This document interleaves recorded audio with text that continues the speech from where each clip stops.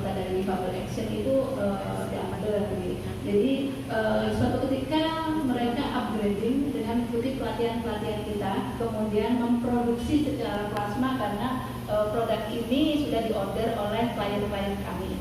Tapi masing-masing dari pengurus maupun member itu punya job sendiri, main job lah. Malah ini yang side jobnya.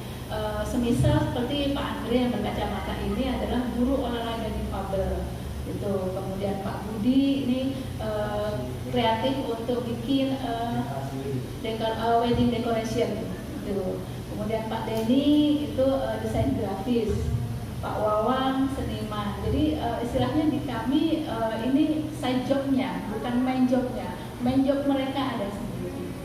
Additional income. Yeah. So actually, the people of disability here make some products like that. It's just additional job. They have a main job, like Mr. Andre as a teacher, Sport teacher. yeah, sport teacher, and then decoration, and then design graphics, etc. So in the other side, and in the other time, they make some products like on the. So maybe the deeper question that you wanna ask: what is the opportunity for you guys to Difabel to get the jobs? Do you want to know about that? To work with the institution or the organization? You want to know about that? Yes, we will have quotas in various departments for the disabled people. Ada kuota nggak Bu karena di kementerian dan lain-lain kan ada kuota difabel.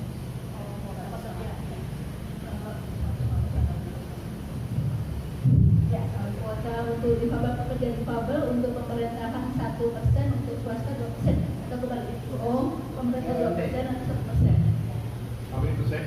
2%. So at the moment, the Indonesian government is very supportive for the Difabel, but still it depends on how to raise our potential in that, because the recruitment is also competitive. But for the governments, there are 1% from their employees to have us as their employees, and for the private sectors, they have to absorb up about 2%. Dan pada awal tahun kemarin ada yang namanya CPNS dalam pegawai negeri sipil, itu dari 11.000 lowongan 1.000 dikhususkan untuk difabel. Dan Difabel Action juga merekomendasikan kisaran 60 calon pekerja, dan alhamdulillah 80% masuk sebagai pegawai negeri sipil. The government sectors from the ministry, they also ask our organization, the foundation, the YDAI, to recommend our members who can register for the employees, government staffs, employee staffs of the government. So we recommend about 60, right? About 60 members, and it now absorbed in many departments. Yeah. Yes, please.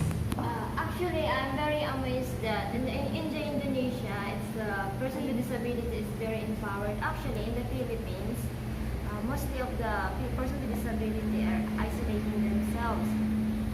You can see them in the streets for beggar. So what we do in our organization, we don't provide a livelihood training, but we provide education to make them empowered.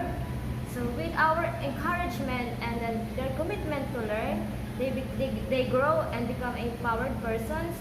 So at the end of our program, we provide inclusive materials, which I can share it with you. This is our inclusive materials. This is for a deaf community. This is for a disaster risk reduction management.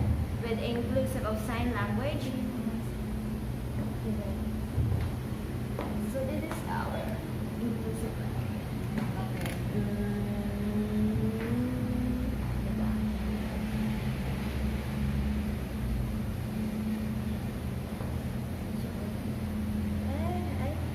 What is happening?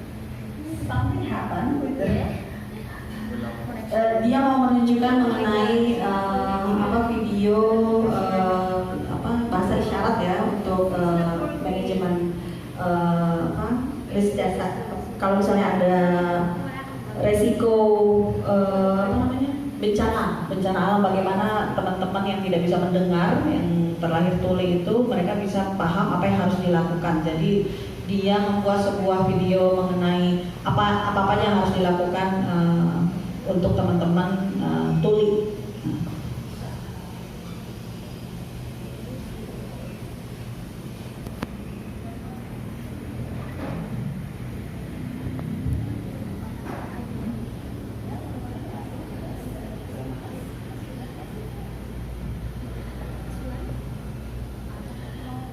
Yeah, this is very interesting issues about Difabel. I myself actually having different ability as myself, but my kids, my daughter is deaf, so the perspective now is from me as the parents that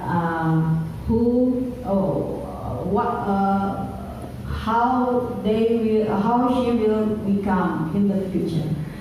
And on the other side, also our friends here as the Difabel, so they have their own perspective as well as themselves as Difabel. So friends here, they as a Difabel, they can share our experience. But for me, I still don't know what happened to my daughter yet. But I still can learn from them that they already start having the experience from themselves.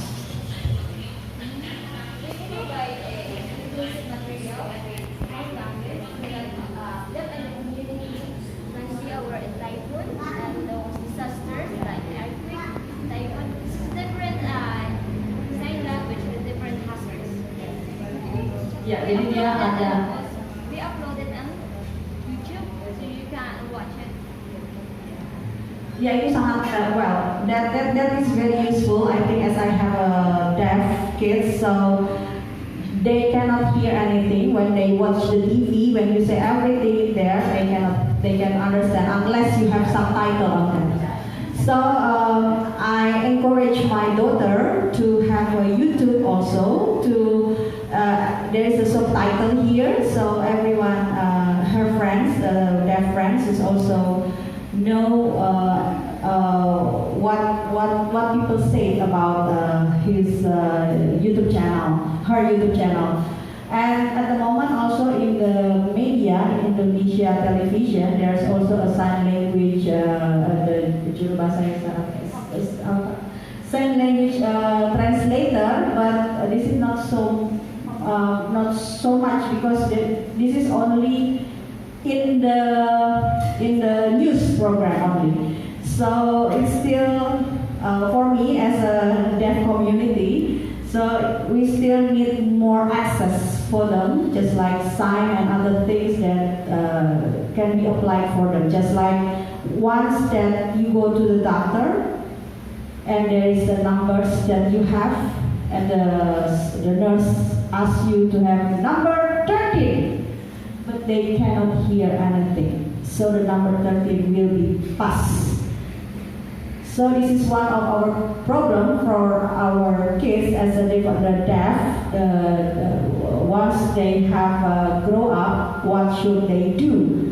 But I believe one day they can adjust themselves, and also governments and you guys in the world can support each other because we are setara, we are balanced, we are the same between you and us. Di like. Dan sambil nonton, wajib hukumnya sambil subscribe.